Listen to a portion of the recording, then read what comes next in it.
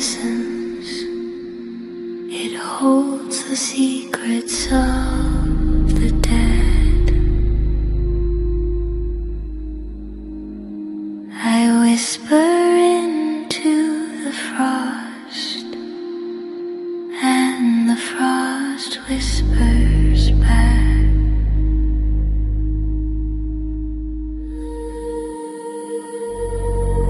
Shadows coil beneath the ice, their breath like broken glass. The wind carries names forgotten, etched in silence, carved in air.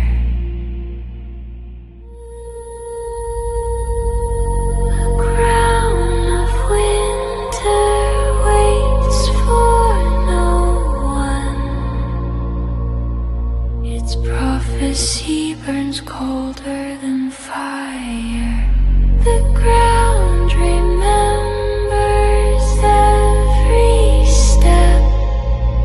Each footprint dissolves into omen.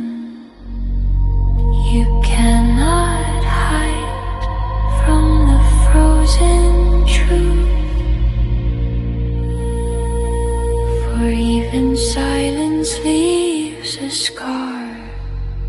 And when the snow closes its mouth,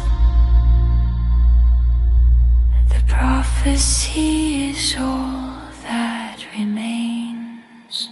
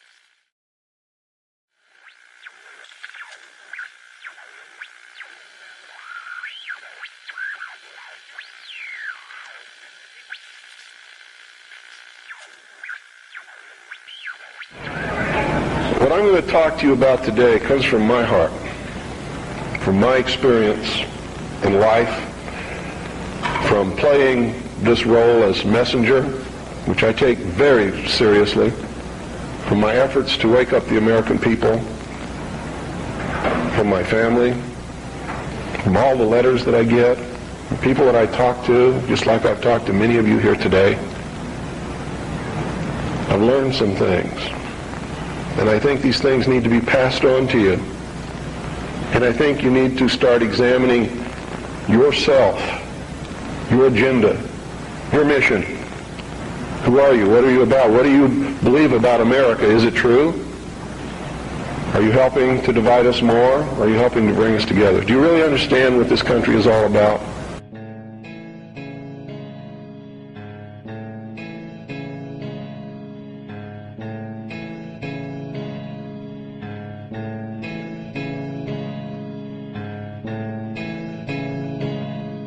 If you listened to shortwave radio throughout the 1990s, you were bound to invariably come across the sound of a captivating voice in the wilderness.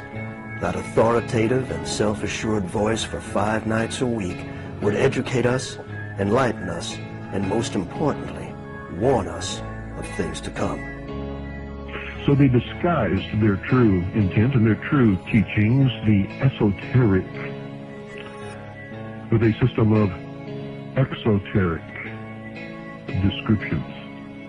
That to the profane would mean one thing, and to the initiate or the adept would mean quite another. But that was then. This is now. What sort of creature inhabits the modern domain? Who is the modern man? That voice spoke to us of matters esoteric and exoteric, political and supernatural, scientific and lawful. That voice was world-renowned author, radio show host, and ex-Naval Intelligence Officer Milton William Cooper, otherwise known as Bill Cooper. I was reared in a military family. My father's an Air Force colonel. He's retired now. He was a command pilot. And I traveled all over the world, lived on military bases for most of my life. I was really an indoctrinated individual, you might say. I was as establishment as you could get, as gung-ho, pro-government, pro-America, pro-military. And that's why I went into the military, because that had been so much of my life. I went into the Air Force. I was in the Strategic Air Command for 4 years as an aircraft and missile and hydraulic technician. Bill left the Air Force in 1965 to join the United States Navy. Cooper was a member of the Office of Naval Security and Intelligence, serving as a harbor and river patrol boat captain at Da Nang and the Dong Ha River Security Group, Qua Viet, Republic of Vietnam. William Cooper was awarded several medals for his leadership and heroism during combat, including 2 with V for valor. He served on the intelligence briefing team for the Commander-in-Chief of the Pacific Fleet. It was during this time Bill would witness something that would forever change his life. While we were on a transit from the Portland-Seattle area, on the surface, I actually saw, I was the port lookout, and I saw the most incredible thing that I think I've ever seen in my life. And it had such a profound effect upon my view of the universe and the world that we live in, that I wish everybody could experience this. I saw come up out of the ocean, from beneath the surface of the sea, a huge disc-shaped craft about the size of a Midway-class aircraft carrier, which is tremendous in size. Came up out of the ocean and rose into the air and tumbled on its axis and went up into the clouds, and I was awestruck, dumbstruck. And I mean dumbstruck, literally. I could not utter a sound. And my first impulse was to tell the officer of the deck that I'd seen a flying saucer, and then luckily for me I couldn't talk. So I told the officer of the deck that I'd seen something about 15 degrees off the port bow at a relative distance of about 2.5 nautical miles. And he began to look in that area. And the starboard lookout had heard me tell him this, and he began to look over there. And it did something that as far as I knew, was absolutely impossible. I'd been in the Air Force. I'd worked on the state-of-the-art of our aviation capabilities. And here I was on the deck of a submarine in the conning tower, and I knew what we had to be able to have to go underwater, and I knew that the two were incompatible. Here's something that came from under the water and flew in the air and performed maneuvers, and then came back down and interfaced with the water at tremendous speed and remained intact, which realistically, it never touched the water. The water sort of magically opened up in front of it, but something had to interface with that water. Anything that we had that interfaced with the water in that manner would have been disintegrated. It's like hitting a brick wall. So I was looking at a technology that, as far as our laws of physics and what we knew at that time, didn't exist. This was in 1966. But when we reached Pearl Harbor, we were not allowed to go ashore to go on liberty, even though we didn't have the duty. And about 2 hours after we berthed at the submarine base, a commander from the Office of Naval Intelligence came on board and debriefed each one of us individually in the captain's stateroom. And the ultimate outcome of the debriefing was that we didn't see anything, we didn't hear anything, and we had to read rules and regulations that told us that if we ever talked about what it was that we didn't see, that we could be imprisoned, we could be fined $10,000, we could lose all pay and allowances due or ever to become due. And I learned at that moment that the United States Navy didn't want anybody to know about what we saw, and that severe consequences could come down around the neck of anybody who did. This one event had started Bill on what would become a lifelong quest that would lead him into investigative territories such as extraterrestrial life, high-level government cover-ups, and the role secret societies play in all these scenarios. Bill had begun to publicly discuss his findings only to lose his leg after being forced off the road by people who would later visit him in the hospital, telling him to keep quiet. Bill went public once again, but made sure this time he was protected. Originally back, I guess when Bill was first starting to release all of this material, he had released a document called The Secret Government, subtitled The Origin, Identity, and Purpose of MJ-12.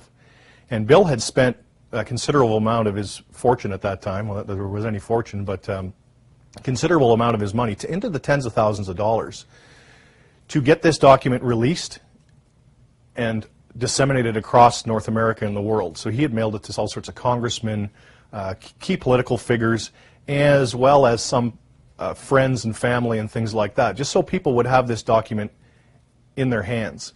And that's how I protected myself, or at least that's what I thought would protect me, and so far it's proven to be right, was that if I got literally in front of the public overnight, in front of a large public, that they wouldn't do anything to me because it would substantiate what it was that I'm saying. And they certainly don't want to do that. It would also create a martyr. And martyrs create tremendously dangerous political movements that they don't want that either. Mm-hmm. So literally within a 24-hour period, I spent $27,000 mailing a thick packet of information all over the world to people, group of people all over the world who are awakening, mm-hmm. who are beginning to understand that they've been living their life in fantasy land, and who are actively seeking the truth. But by and large, when the secret power structure says, as I've put in the first chapter of my book, right out of one of their own technical manuals, that a nation or world of people who do not use their intelligence are no better than animals who do not have intelligence, and thus are stakes on the table by choice and consent, they're absolutely right about the majority of people. Bill was frightened for his life back in those days, and he needed some way to get the information out to a large number of people. And keep in mind, this was in the days long before the internet, so there was no real practical, very easy way for people to do this kind of disseminating their information or documents that they had. It was very difficult back in those days, and the only way would have been through probably the printed word would have been the easiest way. So that's what Bill had done. He had made many copies of this secret government. The secret government was an amalgamation of Bill's continued research into UFO phenomena and was first introduced at the MUFON Symposium on July 2nd, 1989 in Las Vegas, Nevada. The document highlighted his research into the UFO crash in the late 40s in Roswell, New Mexico, and documents that alluded to President Truman's knowledge of extraterrestrial life and his administration's efforts to keep it quiet. Cooper had seen these documents while serving in naval intelligence. But eventually, when they began to have confidence in me, I began to see things coming across my desk that were just absolutely incredible. And a lot of it is really hard to talk about because it's so far outside the normal concept of reality for the average American that they're going to find a hard time believing any of it. Mm-hmm.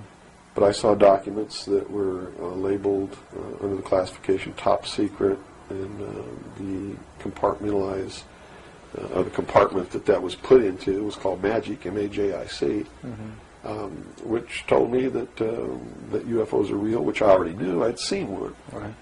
But this went farther than that. It told me that they were extraterrestrial in origin, that there were 4 different extraterrestrial species or races visiting this Earth, and that they had actually entered into an agreement with the United States government with one of these species of alien beings to exchange technology, and it told me all the projects that was underneath this. Project Red Light was actually the testing of extraterrestrial craft. Project Plato was a diplomatic project. Pounce was the recovery of technology.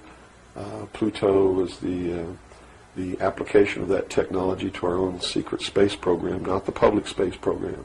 There are 2 different space programs. One is what the public gets to see, which is overseen by NASA, and the other one is a secret space program that nobody gets to see, which is really overseen by the Navy Department under specialized, compartmentalized black projects. I also saw documents under an operation called Operation Majority, which outlined the plans to bring together a one-world government and also included extraterrestrial information within that. Project Grudge, which was the second project. First was Sign and then Project Grudge, which contained all of the extraterrestrial information up to a certain point. I forget the year cutoff. And then it was contained after that in another project called Project Aquarius, which was the accumulation of the whole history of alien interaction on planet Earth. But I have to say at this point that I don't know if those documents were really telling the truth or not. They could have been showing me these things so that eventually I would go out and talk about this. And maybe that'll become clear to you later why they may have done that. It could be real. So. Bill, at this time, was acquiring a reputation as a UFO specialist. Unlike others in the movement at that time, Bill's credibility was unique because of his experience in naval intelligence. In the late 1990s, however, Bill reconsidered much of what he was saying, as his research led him to believe the technology he and others were witnessing may have been the creation of our own government, created and tested in areas such as the infamous Groom Lake, Area 51 in Nevada, where Bill filmed his documentary, Project Red Light. Bill was actually the first one to go to Area 51 and start filming some of these UFOs or alien spacecraft, whatever they may have been. Bill always maintained that it was a military base, which it is. We all know that now.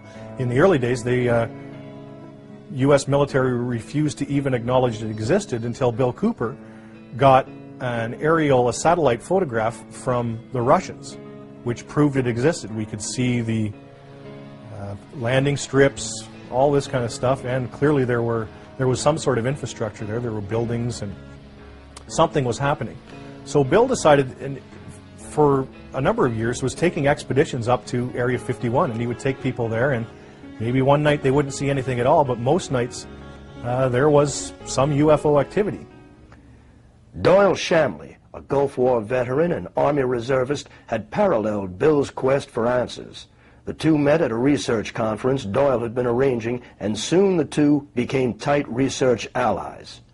Doyle would eventually leave the reserve and join Bill in Arizona to conduct full-time research up until Bill's death. Then he realized his research at the time was heavily with Lars Hansen and many of them in the UFO realm. And he realized that most of them, and a lot of them upon admittal, and I have the documents, admitted to working for, either in the past or still being on CIA payroll. And he exposed them heavily, speaking engagements, and accused them of falsifying facts, as they called them, to steer people away from an eventual finding out of all the facts, and send them down all these wild goose chases. In all the history of the world, folks, if we were really being visited by extraterrestrial life, don't you think we would have found one by now? Don't you think so? And how come the government always gets there first? It's podunk time. It's in the middle of nowhere. There's a farmer milking his cow, a flying saucer crashes, and the government gets there before he could get from his cow to the crash site.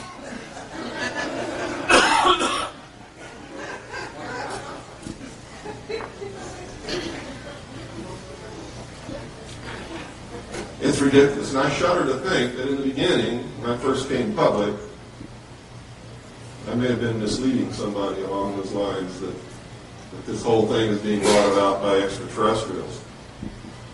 I think some of us were really used in the service of our country, and I'm very angry about that. He then realized that the scope of it was not going to be handled by just searching the paranormal. We had to get more into our worldly realm, right here, right now, the politics, the economics. And that's when he shifted more towards government-type studies. In the history of the world, there had never been a people who were truly free or who truly ruled themselves until the United States of America was created as a republic by which we ruled ourselves through elected representatives whom we sent to the State House, either in the States or to Congress, to do it. They also gave us every tool by which we would destroy ourselves if we weren't capable of doing it. The United States and France, the revolution in this country and the revolution in France, were created to bring about governments which would function as the antithesis to the kings and queens of the world and cause them to topple off their thrones. It also gave man a chance to prove once and for all whether he could rule himself or not. And if he could, fine. That would be the New World Order. If he couldn't, they built the tools into the Constitution to allow them to take it away from us.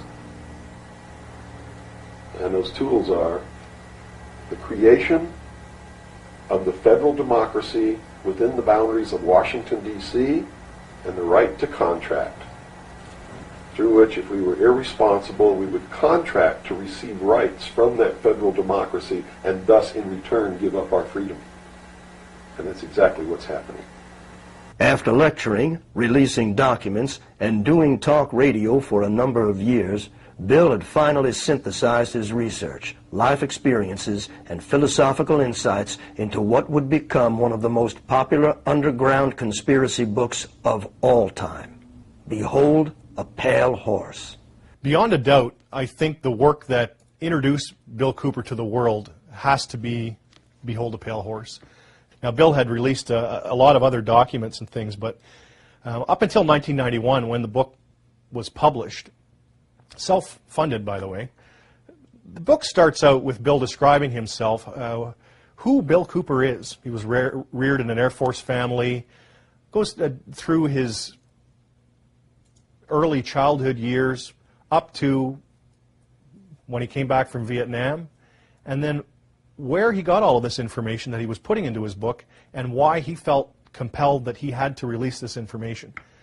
This title is from the book of Revelations, because I have to tell you this, and you may think I'm nuts if you want to, but this is the truth.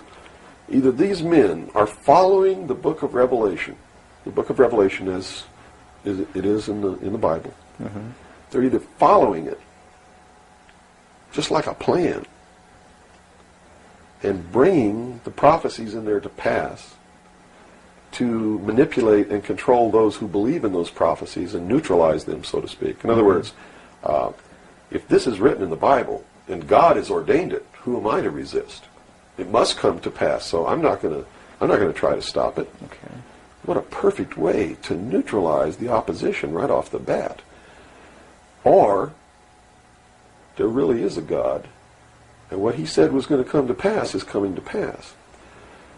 And I name this, Behold a Pale Horse, from chapter 13 of the book of Revelations.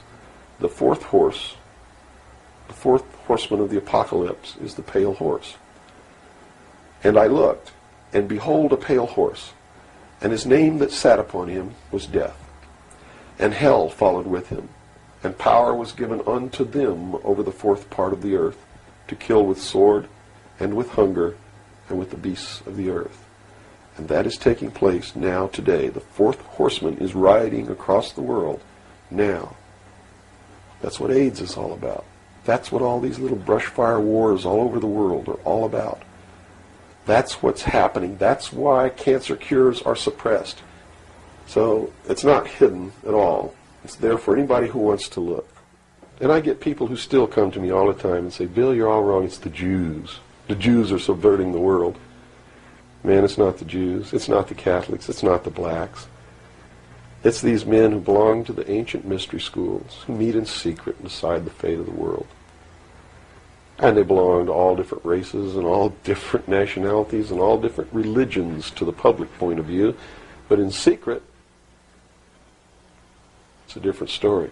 Bill's second major contribution, and arguably his most compelling, was the 42 hours worth of dedicated broadcasts into the history, origins, and agendas of secret societies.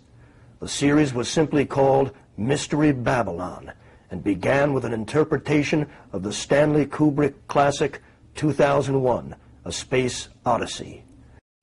To simplify, I guess we could say that Bill took us on a journey through the language, religion, and symbology of the elite, the power structure. What do these people believe?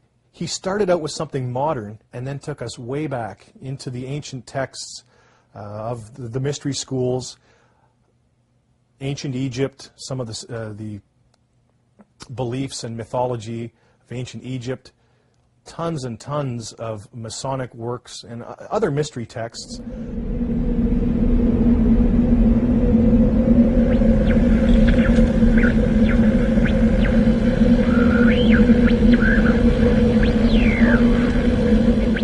You're listening to The Hour of the Time. I'm your host, William Cooper. Tonight, ladies and gentlemen, we begin the origin, the history, the dogma, and the identity of the ancient mystery religions which are now known as the mystery schools. The Order of the Quest, Freemasonry, the ancient Order of the Rose and Cross, the Knights Templar, the Sovereign and Military Order of the Knights of Malta, the Order of St. John of Jerusalem, the Priory de Sion, the Thule Society, or sometimes known as the Thule Society, the Order, the Skull and Bones, the Russell Trust, the Jason Society, the Scroll and Key, the Illuminati, and I could go on and on and on and on. But the most important thing to realize is that they all have been collectively known throughout the ages as the mystery schools, the Illuminati, which literally means illumined ones. They are all one and the same, as you will come to know. And you will understand perfectly how they've been able to infiltrate all of our society. What you hear tonight does not necessarily reflect my views, our beliefs, our religion.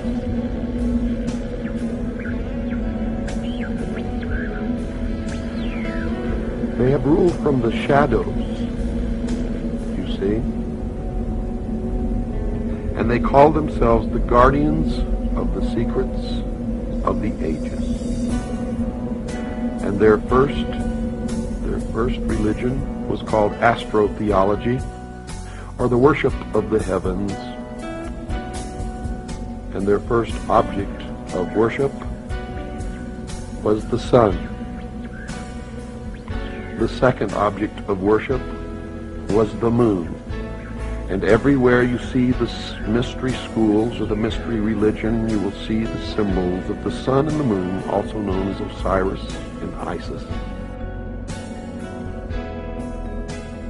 For in the religion of the mystery schools, they believed that man was held prisoner in the Garden of Eden by an unjust and vindictive God. And that man was not told by this unjust and vindictive God that he could have the same powers. And man was set free from the bonds of ignorance by Lucifer through his agent Satan, and many believe that the two are the same. And that's okay, because maybe they are. And that through the gift of intellect, man himself will become God. Now, for those of you who understand what I am imparting to you now, you may not even have to listen any farther, for it explains everything that has ever happened in the history of man, and everything that is happening now, and all that is to happen in the future.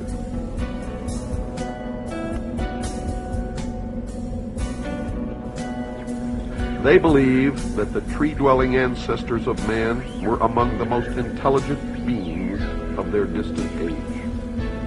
And when these creatures finally abandoned the trees and walked fully upright, freeing their hands to serve as implements of their minds as well as their bodies, there began the most successful evolutionary drive toward higher intelligence ever witnessed in nature.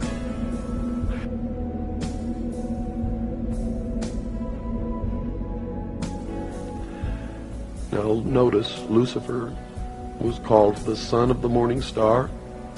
He was also called the morning star, and there is a great mystery here, because Christ also called himself the morning star. But I have been told by those who have been initiated in the mystery schools that Christ and Lucifer are one and the same being. What you believe, of course, is your own business, and it's not my intention to make you believe anything, but here, what I have learned over many, many years of study into the secrets of those who worship the ancient mystery religions in secret for thousands of years.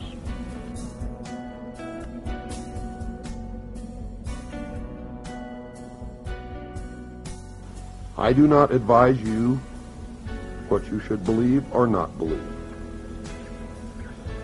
But I do advise you that we all need to learn as much as we can about everything that we can, because one thing I have learned in my life is that most of what we have ever been taught has been a lie.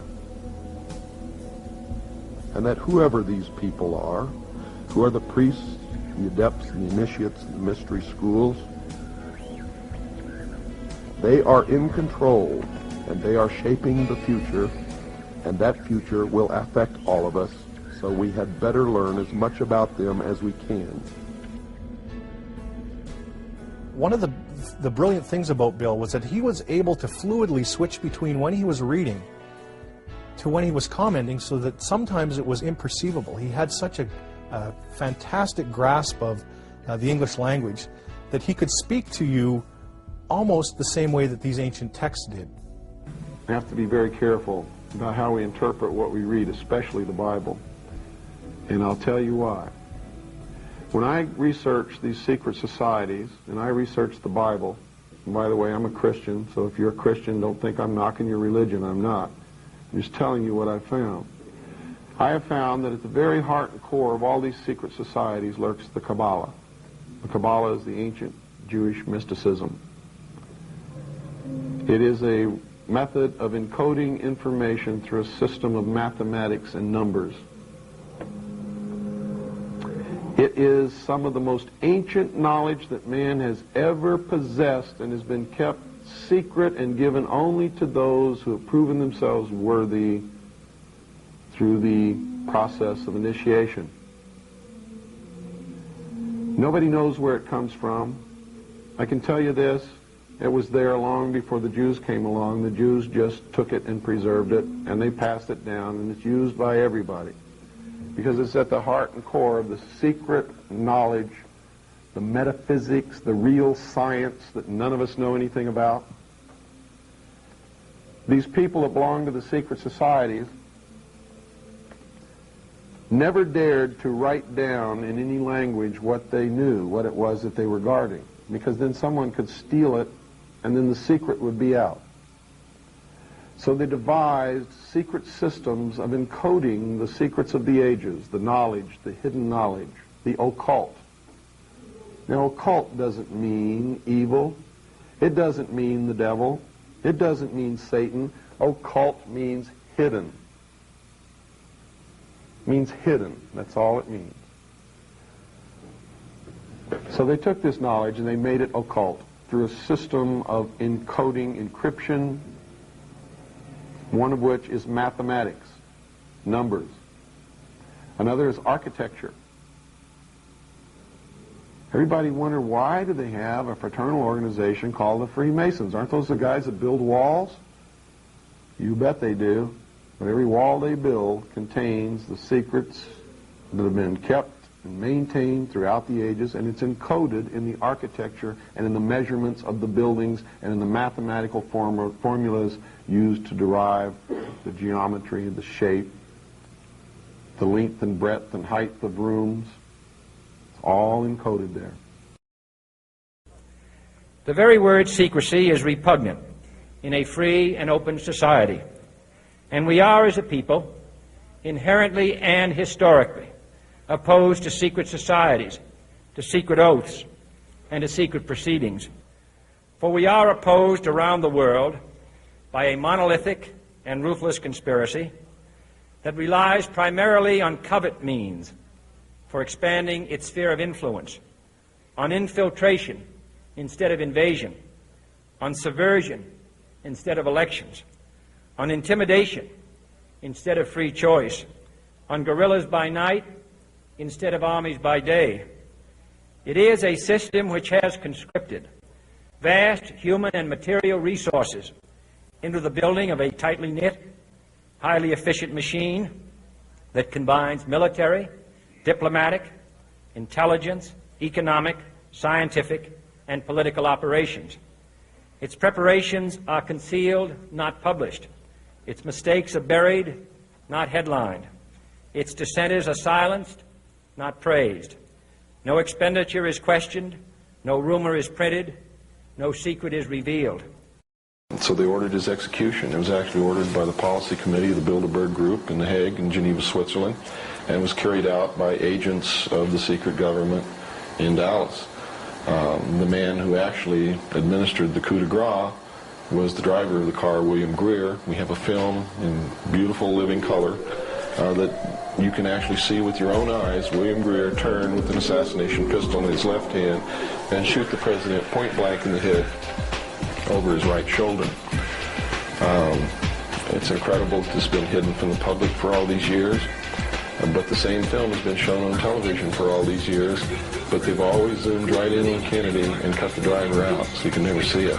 It's the Zapruder film. It was never shown to the Warren Commission. They never saw it. Rights are non-existent.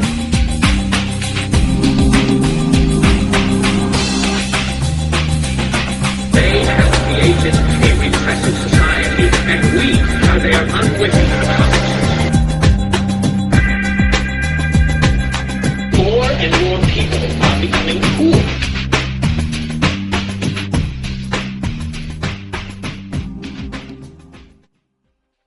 By this time, Bill had become a popular lecturer, author, and radio show host. His shortwave radio program, The Hour of the Time, could be heard 5 nights a week throughout the world. It was an event. It was always exciting, waiting for the hour of the time to come on, turning on your shortwave and hoping that that night that the propagation was good across the airwaves, because of course shortwave is extremely susceptible to weather conditions, and when weather conditions are favorable, you're heard around the world, but when they're not, you're not heard anywhere. So it was always, there was an anticipation for the hour of the time coming on. I love the intro music. I waited to hear that siren starting and the dogs begin to bark, because you knew that there was something exciting happening and Bill Cooper was on the air once again.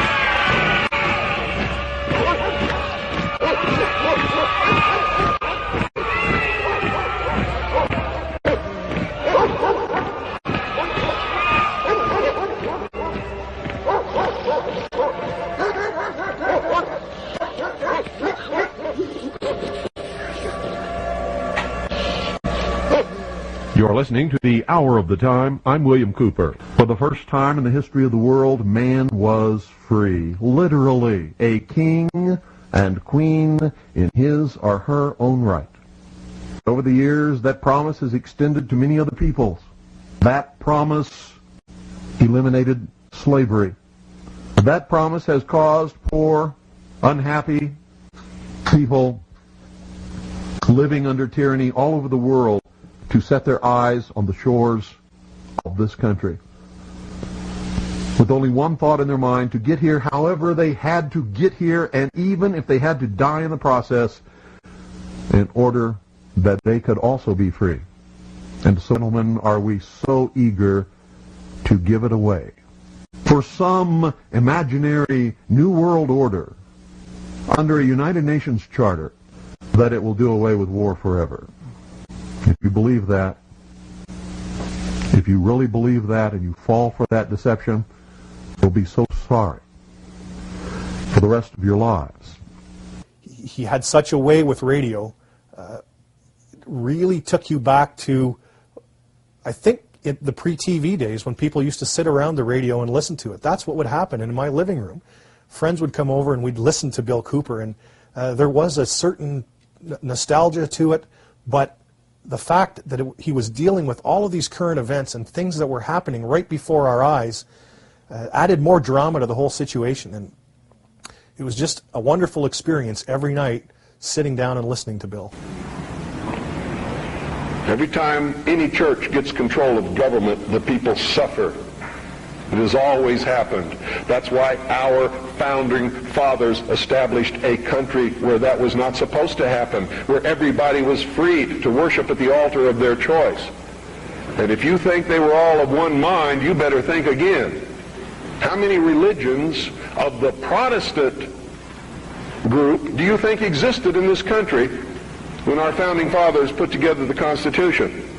Over 1,500 different groups, all claiming they were right, teaching a different dogma, quoting Scripture to justify what they said, and everybody else was going to hell. So don't give me this Christian nation bullshit, because that's what it is.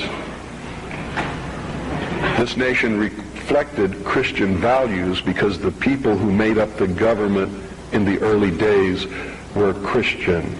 But none of them agreed with each other, and they still don't today. Bill married, had children, and continued his life as a messenger by creating a large global civilian intelligence gathering organization called CAGI. Now, CAGI stands for the Citizens Agency for Joint Intelligence, and it was Bill's research gathering arm of his whole operation. His principal idea behind CAGI was to get a whole group of like-minded researchers and individuals, patriots in the U.S. and throughout the world, really. At one point, the Citizens Agency for Joint Intelligence was the largest civilian intelligence gathering organization in the world.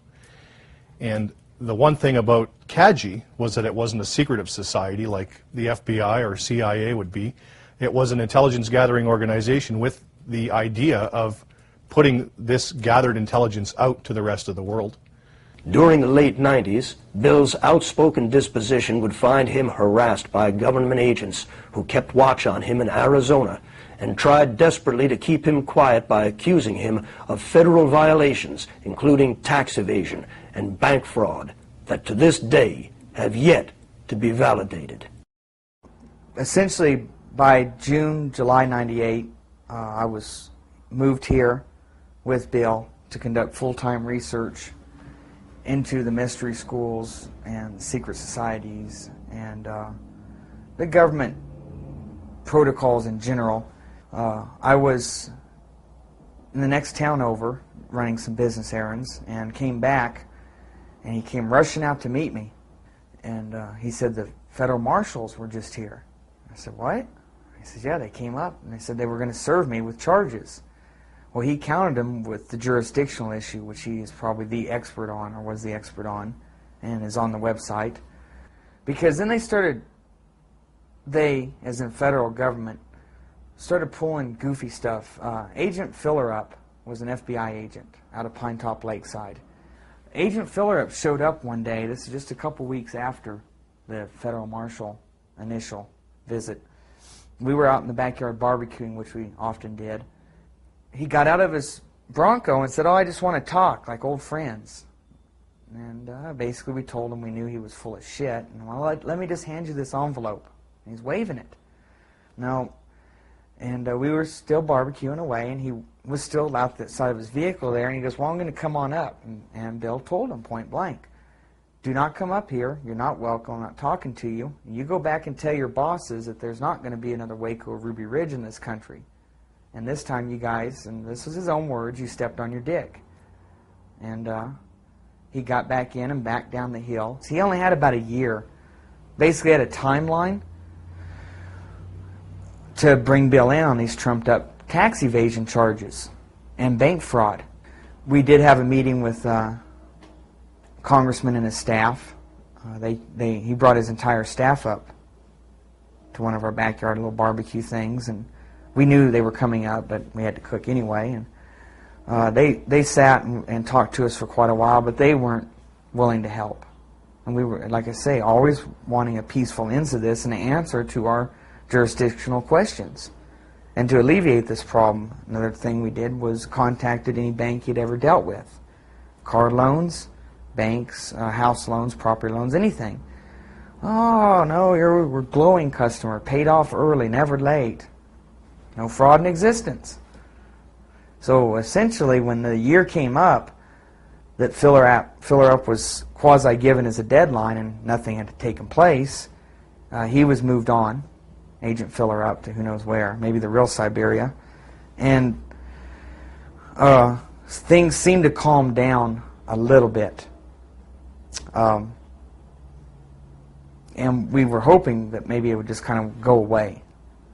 Unfortunately, things did not calm down. After Agent Fillerup's departure, more agents were assigned to watch Cooper, and Bill was eventually placed in what was known in the 90s as Filegate, where President Clinton ordered unconstitutional investigations into a number of individuals that were deemed a threat. The heat escalated to the point where Bill felt it was necessary to protect his wife and children by placing them in hiding for their own safety. It was now Bill and Doyle fighting the federal government on what seemed to be phantom charges. Towards maybe the last 8 months or so of his life, because of events happening around the world and then culminating in 9/11, as far as world-type events, Bill really turned the heat up on the people that would see this country's demise on his broadcast and on his website. And at that point, a person could tell if they had watched the happenings and knew the facts, not just the crap that was put in a paper here and there about Bill or the situation here, and had done their research that now it wasn't a matter of if but when for Bill's demise. In August of 2001, a local doctor by the name of Scott Hamlin had reported to local Eager police that he had been harassed while parked on Bill's Hill by a man who followed him, pulled out a gun, and threatened him in front of his wife and kids. Even though it could not be proven that it was Bill, law enforcement now had a reason for serving a warrant for his arrest. Dr. Hamlin had been going up and playing real petty little games at night and up right next to Bill's property. This particular night, he had his family up there, and they claimed they were just up there to watch the lightning storms. But the problem was Dr. Hamlin would really egg people on. He's a real weasel. And Bill had enough of it and ordered him off the whole area. Just get out of here, I'm calling the cops. Now, if Bill wanted to do harm to him, he would not call the cops, obviously. Bill told me about this the next day, and that was pretty much all that was of it. The first warrant was served on September 11th of 2001, but was postponed. It would not be until November of 2001 when the police would finally make an attempt to raid Cooper. Cooper's broadcasts at this time had already been looking into the federal government's compliance in the events of 9/11.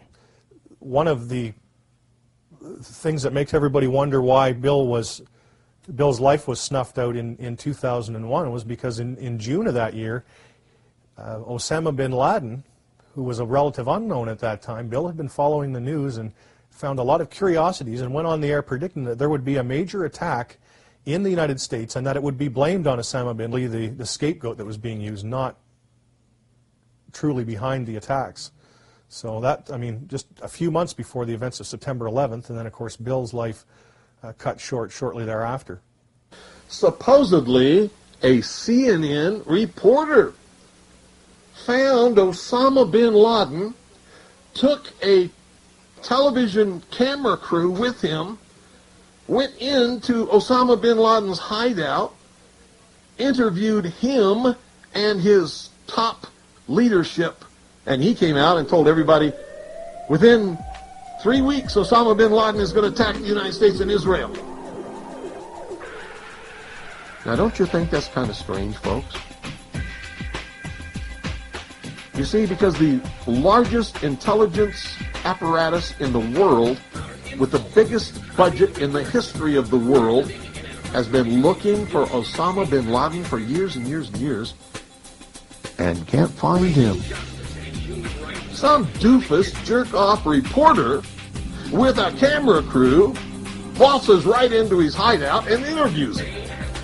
And I'm telling you, be prepared for a major attack.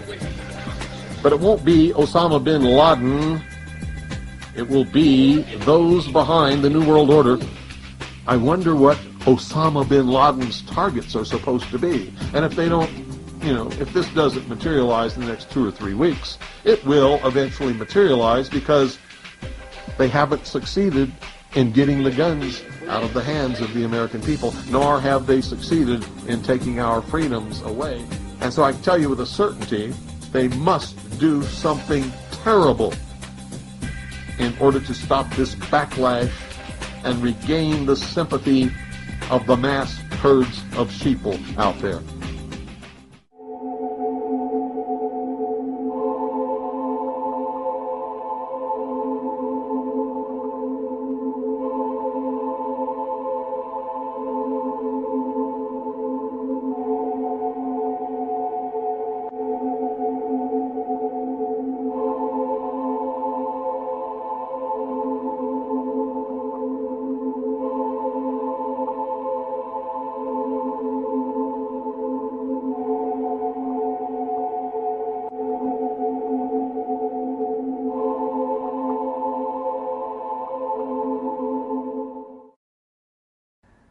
Bill heard the commotion out here, just the ruckus, because the noise that comes up the road, being so rough and stuff.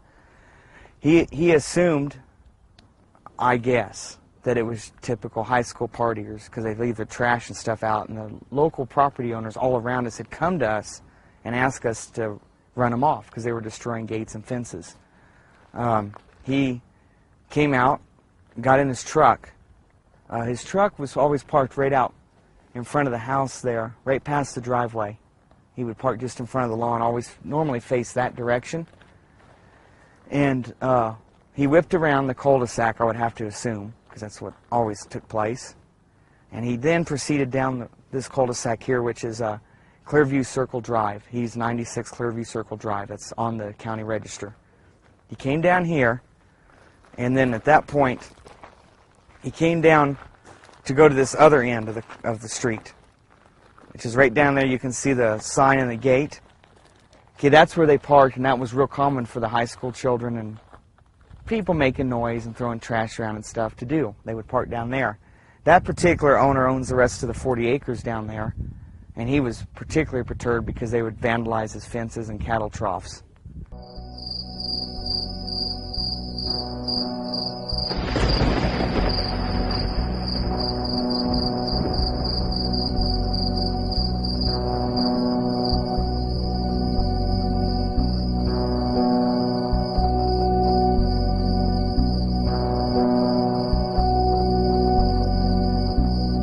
Bill proceeded up this road to this cul-de-sac here where the truck was parked. It was unmarked. No one was in uniforms.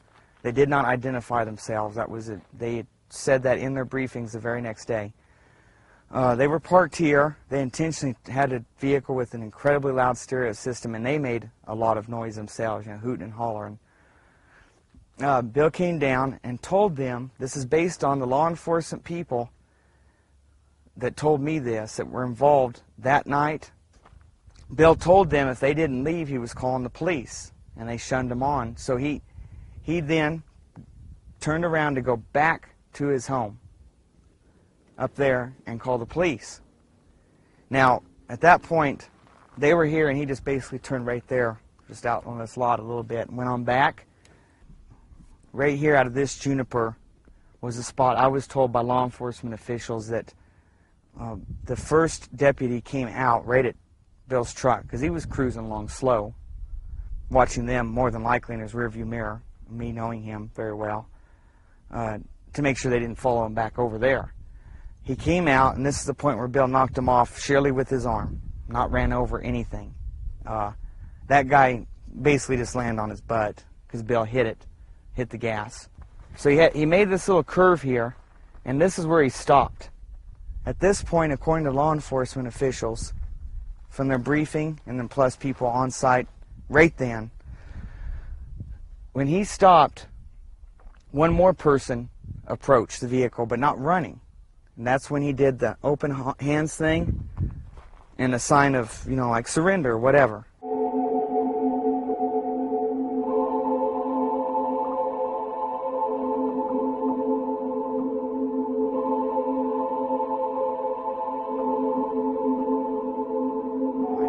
Here's where he hit up on the bank, just trying to avoid the vehicle that then came shooting up here, full bore, full speed, came ripping up the hill. So obviously the people at the end had communications with people down there on the road. Must have verified that Bill had turned around, coming back to his house. So they came zooming up here in a vehicle. He's avoiding them. He comes up on this bank. It was testified as that by the law enforcement reports, as well as the evidence on his vehicle, that is what happened. The exhaust system was tore off the bottom. He then proceeded right there past the small elms and the driveway to the front of his yard.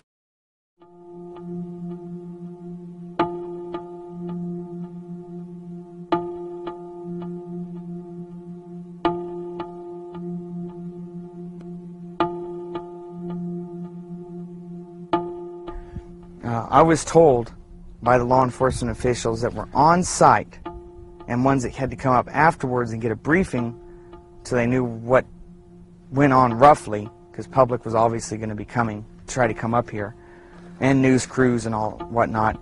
They had put out that Bill is not to be let back in that house alive. It was premeditated. It was put out, Bill will not be allowed back in alive.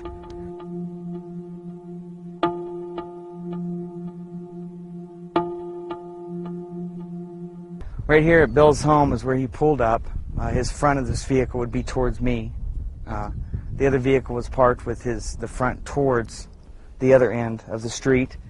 Bill ran around the back of his vehicle, which would be towards the driveway. He then proceeded across his yard. This is when the shooting began, according to their reports. The vehicle that was parked here besides his truck, which was pointed that way, he had bought for Jessica, his daughter, and then she didn't want it, so it was just sitting here.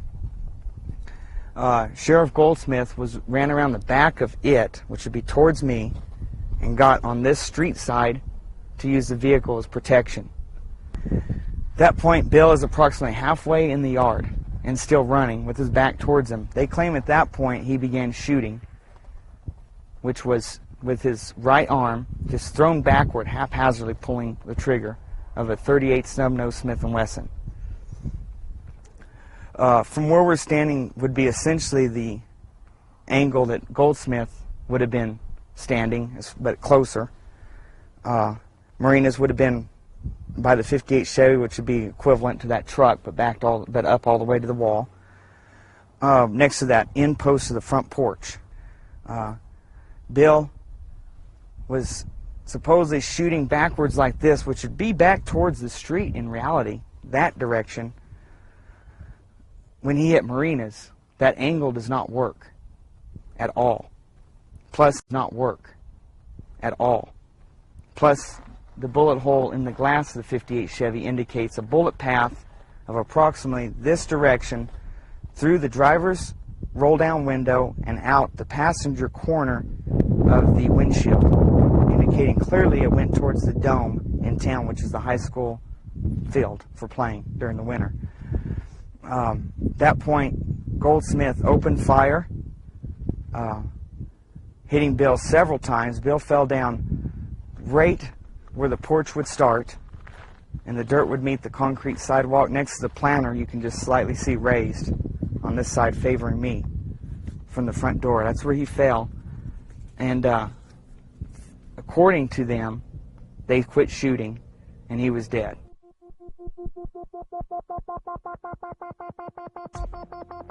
An Apache County Sheriff's deputy is in the hospital after being shot in the head by a so-called militia member. Now, what we know is that militia member is dead. Our Gary Harper has the very latest on what's going on with that story. Gary? Marty, Scott, this all happened in a little town called Eager, Arizona, which is just on the eastern side of the state of Arizona. It's almost on the border of New Mexico. This is what we know so far. Sheriff's deputies, we understand, were trying to serve some type of arrest warrant on a man by the name of William Cooper. He's also known as Bill Cooper. He reportedly has been known to be hostile toward law enforcement, so sheriff's deputies apparently disguised themselves as a bunch of rowdy teenagers in the back of a pickup truck in hopes of luring Cooper out, and it apparently worked. However, when Cooper realized what was happening, he reportedly pulled a gun and shot a 40-year-old deputy in the head. During the gunfight, Cooper himself was shot and he was killed. Now, this is what we know about Bill Cooper. Officials say he belongs to some kind of militia movement and has published several anti-establishment articles. He has a website, we understand, and on that website he acknowledges that there is an arrest warrant for him, but he writes, and we're quoting here, any attempt by any federal government agent or anyone else to execute the unlawful arrest warrants will be met with armed resistance. Any person who attempts to kidnap our children will be shot upon discovery, and that is apparently what happened earlier this morning. Sometime after midnight, Cooper reportedly pulling a gun and shooting a 40-year-old Apache County Sheriff's deputy in the head. That Sheriff's deputy, we understand, has been flown to Phoenix, where he is in a hospital. We are trying to get his condition right now. We do not know exactly what his condition is, and we understand that the militia member, in this case Bill Cooper, was shot to death. We do have a crew en route to Eager, Arizona, and we'll have a lot more coming up on tonight's news. All right. This was an extremely serious event, not just because Bill had been shot, but what precipitated this? How did this happen? Was this... no one knew the answer, so immediately we got on the internet and we started searching, downloading news articles from Arizona, trying to find out. I got on the phone, was calling the Hour of the Time phone line, which of course was busy most of the time, and then I would leave a message when I could, please call me back, not understanding all of the chaos that Doyle was involved with that day as well. Can't trust the papers, as Bill would say. In fact, within the first sentence of the first article that was written about this in the Arizona Republican, the word militia appears. The name Timothy McVeigh appears. This kind of irresponsible journalism, unfortunately, was something Bill had to fight off for, as he would say, years and years and years and years and years. Bill was not a member of a militia, but he believed very strongly in the Second Amendment, and he did a program on how to form your own militia and do it legally. After Bill was killed, virtually every newspaper article that you would see on Bill, or any report on television or on radio, always mentioned Timothy McVeigh, and that Timothy McVeigh and William Cooper were connected. And Bill was portrayed as an extreme right-wing lunatic that was encouraging the activities of Timothy McVeigh. While in fact Timothy McVeigh did listen to William Cooper and in fact visited him, came up to Bill's Hill to visit him, Bill told him to get lost. Michael Brescia, who is John Doe number 2, the spitting image of the drawings that they put out, wearing the exact same cap that was worn by the man in the drawings that they put out, with the same tattoo on his left arm, stood in front of me for 10 minutes and talked to me in the company of Timothy McVeigh. And Tim McVeigh was not the leader. Tim McVeigh probably didn't say more than 25 or 30 words during the entire time. Michael Brescia did all of the talking. And the last thing he said before they left in their green Mercury Marquis station wagon with a puke yellow interior was, "Watch Oklahoma City."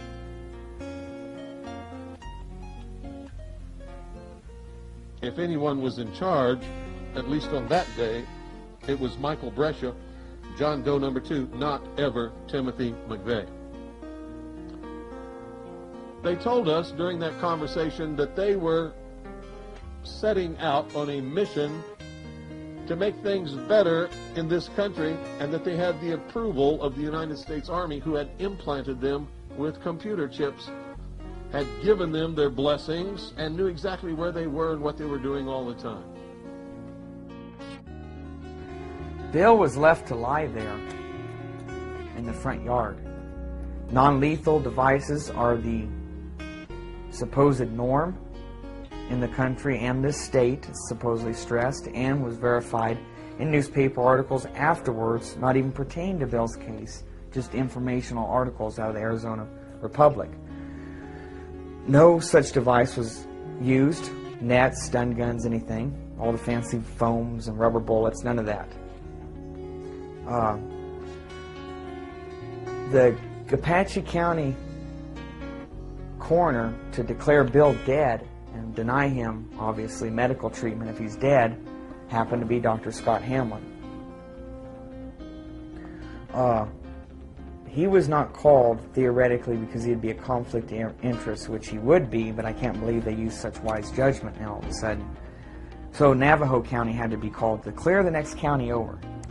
And obviously woken up, all this stuff. So there's a huge time frame here. But Bill received no medical treatment. The sheriff's deputies took it in their own hands, and the paramedics, that he did not need to be treated. He was just gone for good, and that's all there was to it. DPS is wrapping up their all-day-long site investigation. Bill's body has been out there all day, so who knows how it was tampered with. Cameras, nobody was allowed up there. You couldn't get within it to get camera views. Even the helicopters were shunned off, so they couldn't get views of the body. So there's no way to ever tell if it was moved 100 times maybe before the ambulance picked it up. It was then taken to Tucson Forensics Lab for an autopsy.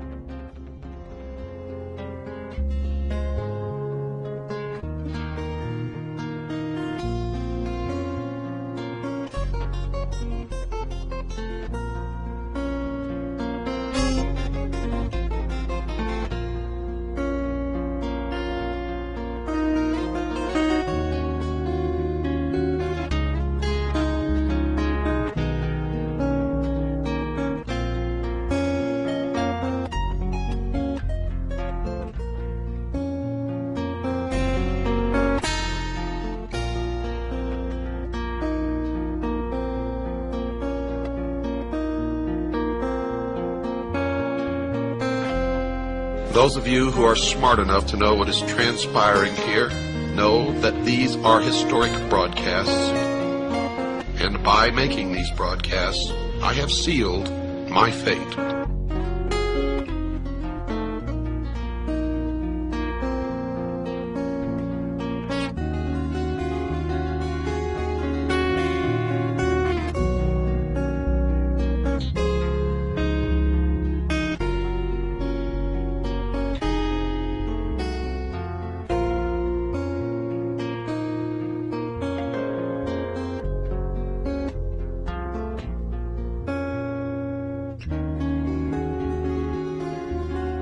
I believe this. I found this to be true. If you're not walking on the razor blade, you're really living in a kind of death existence. You have to have that danger facing you that if I slip, I'm dead. That's what makes you live. That's what gives you life. That's what gives you purpose.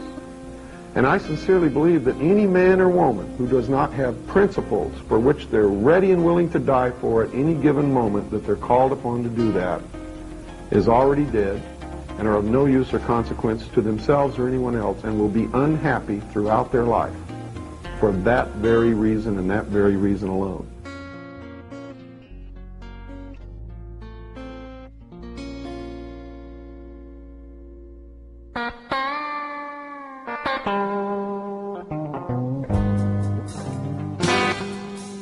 Okay, this is Main Street of Springerville. The town is connected to Eager, and this is the also the highway coming in to Springerville from St. John's. This is our research center that we opened up after Bill's death. We had to close it due to financial constraints recently. You're seeing the last of it. What this room contained was the core research books and articles. Along every wall that you see, 7 shelves high, literally from the floor to up high, was solid books. We categorized them and alphabetized them by category, and then alphabetized them in each category, so it was easy to look up. Down the middle here were all desks, and with all the outlets, we had the ability that people could come in and use each format of of media, for instance, beta, VHS, high 8, whatever, with a monitor. And they could use books, and I made arrangements with the copy shop down the street, and they would make copies for us at a reduced rate. That way the books never left the building. This whole front portion from this here was solid file cabinets, completely packed full, every single drawer, the big file cabinets of individual pieces of research material. Rare transcripts, any of that stuff. All this we still possess. I just have it in safe storage now. This was the studio, the audio and video portions. Watch your step. Back here, just the remnants of cable. All my masters are just down here on the floor. Bills are all preserved in a safe place. Those are just the masters of all my broadcast. And in here was audio and video setup and all our duplication, order fulfillment. And here is the famous microphone that Bill loved so much and talked about on the air, the RCA tube mic right here.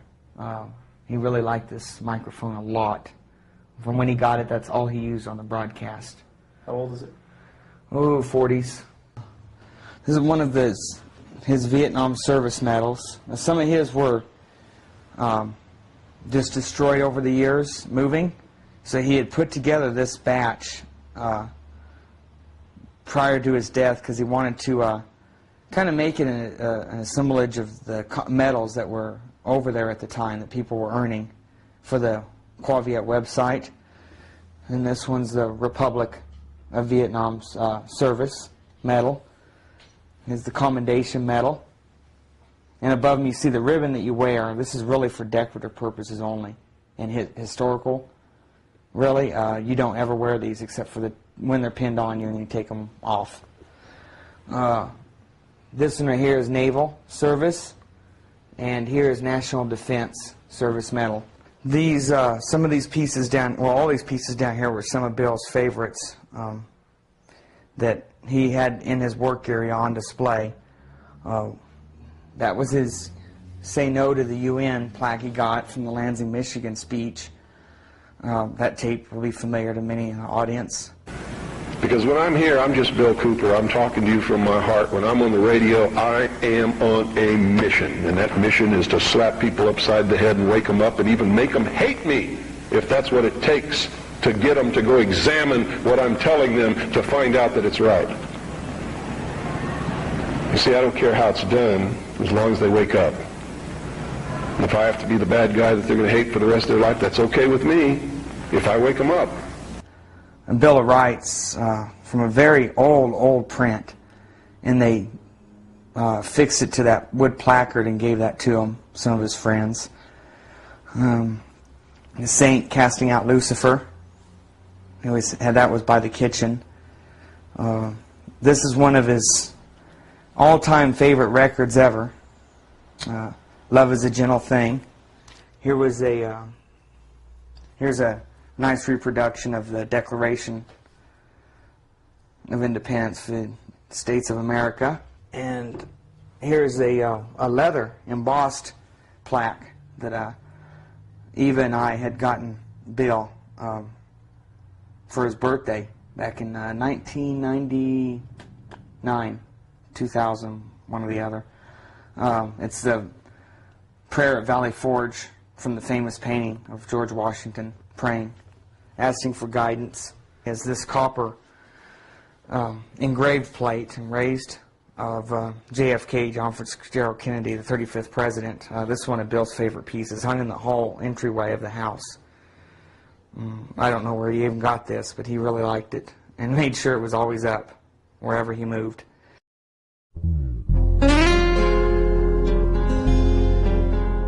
The story of how I came upon this site is a unique one.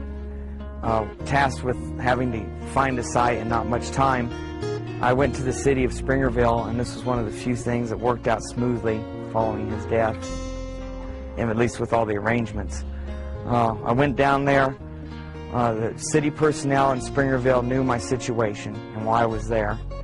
They gave me the funeral plot on a handshake and let me pay it off a month later. And they even had the city working crew, the field crew that would have to dig it, come out after hours that day when they could have been home because they weren't getting paid and meet me. It's an old cemetery, basically a very crude mapping system because of the age of the graves. I met Tom, the city crew member, right down there at the entryway, and I parked. He was behind me, and I got out of the vehicle, said, "Hey, let's take a look," and he goes, "Well, let's just start walking around and see what you think." And I saw this elm tree here and was drawn here almost like magnetically. It was really strange, and the hair on my neck almost stood up the whole time. And I walked with a purpose straight to that tree, and then looked over here and walked straight to here. No hem-haw, skipped a lot of space. And I look out here, and it's the exact view that Bill loved. In the mornings, afternoons, whenever, but afternoons is favorite. It's the same view we had from his back porch where we would barbecue and sit and listen to shortwave radio at night and watch the sunset and the snow, and just beautiful. He loved it. He talked about it on the radio often. So I'm standing here, I'm looking at this, and it's amazing. I'm still getting this chill feeling. And I look over like this, and there's Bill's house, perfectly in line. And this is essentially the exact same elevation and line of his back porch where he always sat and enjoyed the view of this valley, the round valley here. And I said, "Well, what about this spot here?" And he says, "Oh, I think that's taken." So he pulls out this map, a lot of it hand-drawn and added to. And lo and behold, he goes, "Well, I'll be dang, there's 2 spots open here. I thought they were full." And I said, "I want this one no matter what." The gentleman, Tom, he circled the area with cones and parked a vehicle here and notified the city crews that no one wanted to get this spot because it was for Bill. And that's pretty much how it happened.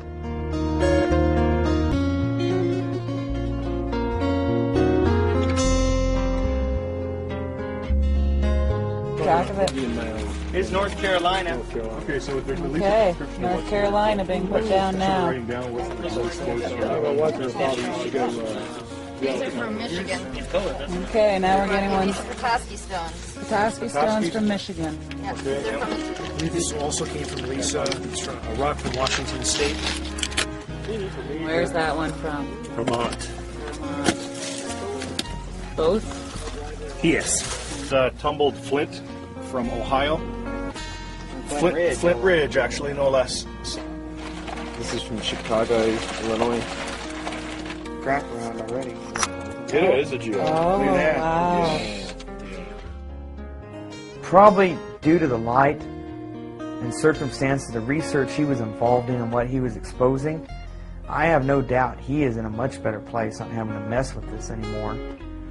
And but he left behind a huge hole in society and this whole genre of research that cannot be filled by anyone else, at least that I've ever ran into in this field or expect to run into. He's missed by many. And he made his fair share of enemies. But sometimes that happens if you're going to call their bluff, especially in front of 5,000 or 10,000 guests at a speaking engagement. Ideally, we hope the Hour of the Time will continue forever, or at least as long as Doyle and I are around, which is going to be a good long time. We'd like to take the Hour of the Time in the same direction Bill was always pointing it. We don't want to deviate too far from that. Granted, we have to make the Hour of the Time a bit more our own. Bill Cooper's not around anymore, and we are constantly receiving emails, both good and bad, some saying, excellent job, guys, really appreciate what you're doing, and some of them saying, you know, Bill wouldn't have done it this way. Well, unfortunately, Bill's not around anymore, and he's not here to tell us how he might have done things. I think between Doyle and myself, we have a good understanding of what Bill would have wanted us to do. Some of it's in writing. Those things we are following to the T. And definitely the pursuit of truth is key, and the more knowledge you get, the closer you get to that goal. I've seen too much through my life happenings to verify the problems and this whole one world government scheme. They're definitely not backing off. I've been privy to too much knowledge and research materials to give it up now. The naysayers out there that say it can't be reverted back, or our only choice is to sit here and wait for Christ to come because we're doomed or whatever, I don't agree with, because the same thing was told to the founding fathers and framers. And look what that small handful of men in colonies did and the ripples it caused around the world. And forever in world history what it's going to have caused. You know, they took on the British Empire. The sun never sets on the British Empire was the logo at the time, and the most powerful government in pretty much world history to that point. And they took it on, a bunch of people that knew that what was going on was wrong, and defeated it. And because of that, the Revolution, the Declaration of Independence, and the Constitution and Bill of Rights, we completely rewrote the history of mankind, this country did. And to see it squandered because of a few families and secret societies behind the scenes pulling the strings of our fiat, essentially fiat government, would be to look back at all those men and women and children included, everything that have died preserving that heritage in this country, and just calling it all a waste of time. Everybody's fought for it and died for it, or been hurt one way or the other.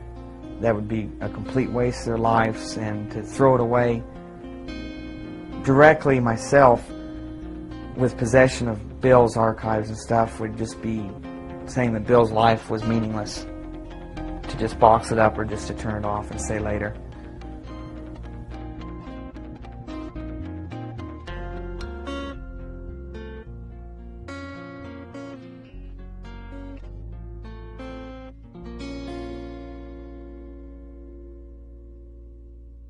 Do you understand what I'm telling you?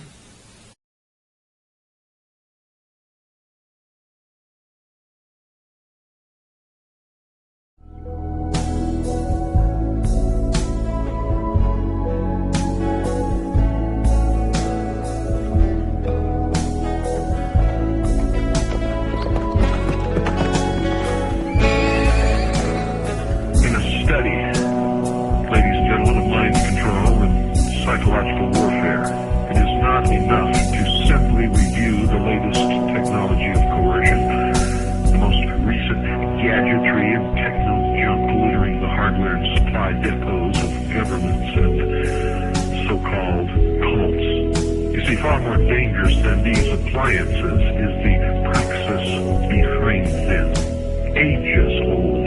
The underground current which informs the modern project and this modern era. You see, for life in our modern era is little more than life in an open-air mind-control laboratory. To transform the mass of targeted percipients plugged into the electronic and digital pageantry of the establishment's system of things into the perfect human zombie.